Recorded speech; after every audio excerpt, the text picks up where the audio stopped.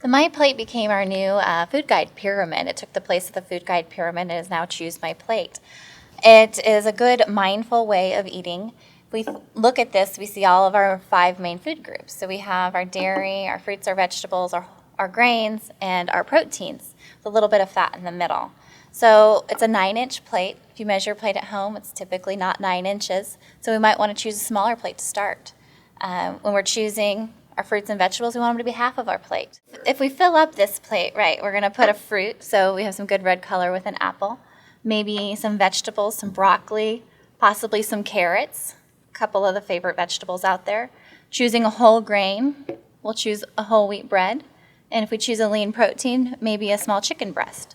Sometimes it can be, let's have 1 vegetable a day to start, or let's introduce 1 new vegetable every 2 weeks.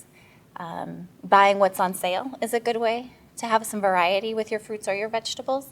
That changes every week, and you can get a variety of fruits and vegetables that way. The portions are smaller, and that's where measuring your food and becoming aware of the standard portion sizes that are recommended on the MyPlate. So your protein's usually about 3 ounces per serving, or like they say, the palm of your hands or a deck of cards. You take the chicken pieces, you kind of roll them in panko breadcrumbs, brown them, a little olive oil, remove them from the pan, pour in a mixture of chicken broth, white wine, lemon juice. I added capers because I like them, and kind of get that broth going, put in mushrooms and green beans. And then you put the chicken back in, put a lid on the pan. When you get done cooking this thing, you have a whole meal and you've got one kind of saute pan dirty. Finding some ways to have the things we still like, but cut the calories. So for example, we both like pizza a lot. But pizza, if you have ordered pizza from any of the chains, it's your whole day's allotment. So Bill found one of the little pizza crusts that's whole wheat and a thin crust.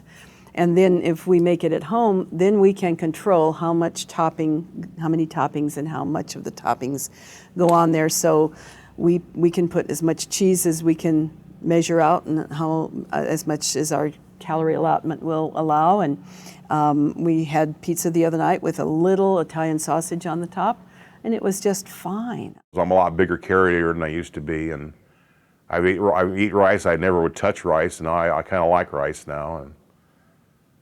And I don't really eat fried food at all. I've worn out 3 broilers at home cooking and that I bought. I broil everything I eat's broiled or baked. Goals are important. They're a good way for accountability. Measurable goals. We'll ask people, what motivates you, and kind of bring that back at follow-up appointments and make sure that's still a topic of interest. And goals on weight loss. That's one of the first conversations we have is, what is the patient's goal weight? And then if it's unrealistic, at times it is. We can't lose 30 pounds in 30 days. If it's too good to be true, it probably is. So we look at 5 to 10% of their initial weight. You can have great health benefits in that amount of weight, no matter what their starting weight is. So if you have a 225-pound person, if you lose 12 to 25 pounds in 6 months, that's a great change.